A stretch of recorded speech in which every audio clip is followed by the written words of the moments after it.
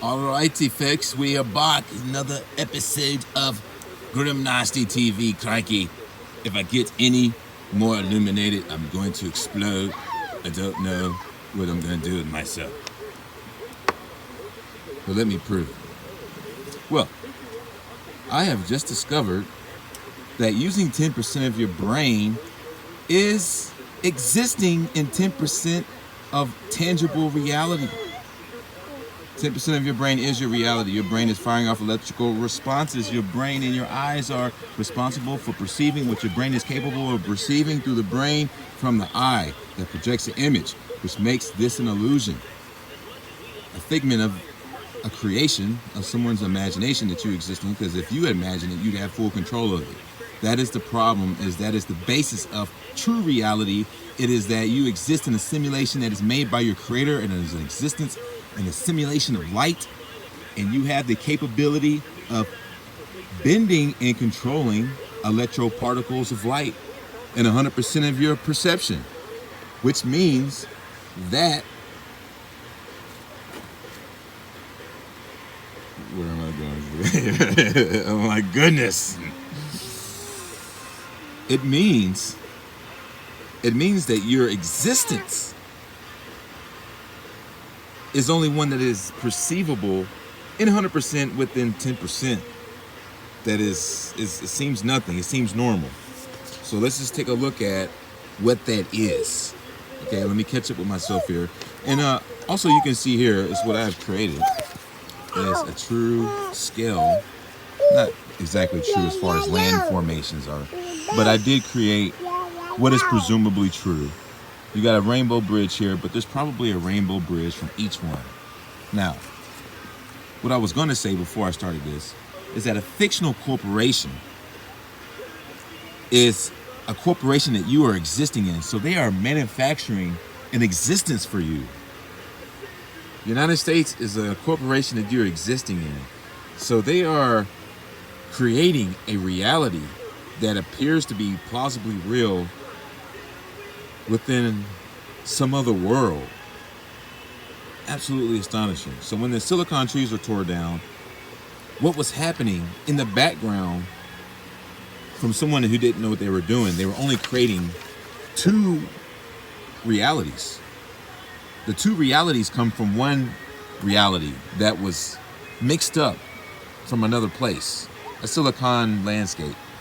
So this reality here is so one that is so fanatical and so whimsical that you couldn't control anyone. Anything that you want and desire is plausible and tangible, which is the only place that trees that are alive can exist in, a Superman can exist in, hoverboards, things like that. If you can already fly, you might as well just pretend like you're levitating with a hoverboard. See, it's all just like your imagination controlling your attributes and controls that are unlimited and everlasting. So an everlasting being of light can do anything they want, and they exist in a reality that is anything that it wants to be at any given moment, in a harmonious existence under a one divine being. So in here, we're all dumbed down under a falling existence of a falling being. And these satanic beings that exist in this existence can only see so much, because this is the love frequency. You can't exist over here and be an evil person who hurts babies and shit. These people that exist here can only see so much of the cool world because they are controlled. So a brain that is perceiving, let's say here, 10% of its tangible existence. Wow, I didn't mean to create that doodle here, but see what I'm saying? This is a glimpse into a parallel realm that I just literally, out of my mind, off the top of my head, created a brain that had a face in it. That is the existence of intangible things in the other dimension. Does that make sense? Man, this shit is getting really confusing and convoluted. So the Satanist that can't be on the love frequency thinks they're illuminated, but in reality If they were in the cool world, they would not be walking amongst us here in this 10% of our brain reality that we think is just normal, which is just a watered down, convoluted, less juiced up world of the super juiced up reality that is the overlay of the contours that come to life, that is the super electrical, super sensory world that is this place. Peering into it and staring into the light here makes you feel like you're going to jump up and down with excitement, energy, senses. It's just the beginning of it. It's really, if you break into this place, you will literally leave this place and go here for a while, and then come back to this place. Like, what the fuck? Like, look, I see you day walkers in here. I see you illuminated people that thought that they were illuminated. I see you. You reptilian guy walking around pretending to be normal.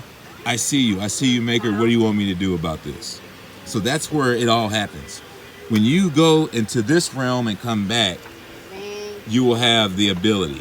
If you get the Spear of Destiny, or if you bring out your U icon to touch either port that leads you into either dimension, you will either get superpowers or you will go here where everyone has powers. To explain it even further, this energy is coming out of the earth, hitting this, and it is being bombarded by an S wave that is half of an 8 that doesn't give you but half of the brain.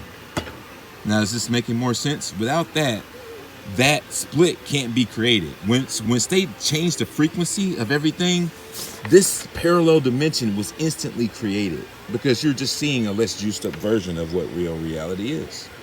Once I break in, I'll get full electrical responses for everything. And when everybody says, hey, what the hell's going on? There's a flying man. It seems more plausible to me in my mind that I should have these abilities, and my brain and the capacity and everything that does what it does to matter, which is just a light simulation, will become completely manipulatable in your grasp. Sorry if I sound like a Encyclopedia Britannica, but I'm trying to explain it the best way I can. The salt and everything is the grid. The salt, the hijacker. So dim, so dumb is sodium. Without light, you're so dim. Without light, you're so dumb. So how do we block the light? To keep people from doing it, we create a split into dimensions, and we create it with food, we create it with frequency, and it changes everything. This is Grim Nasty. Over and out. As I continue to break through, I continue to understand these perplexing realities that can make one tangible reality possible for one being to walk through another, a tangible reality to watch Tomorrowland and watch a girl with a beacon crash into a lake when she was just on a bridge getting on a aircraft going somewhere, and her beacon ran out and she was not able to be in that other reality any longer where the hoverboards existed. And that is how I explain how they explained it to us in a nutshell.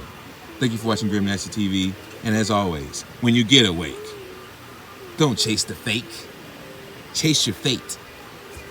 Don't let them control you and put you on a dinner plate. And as always, go to the gate and stay awake.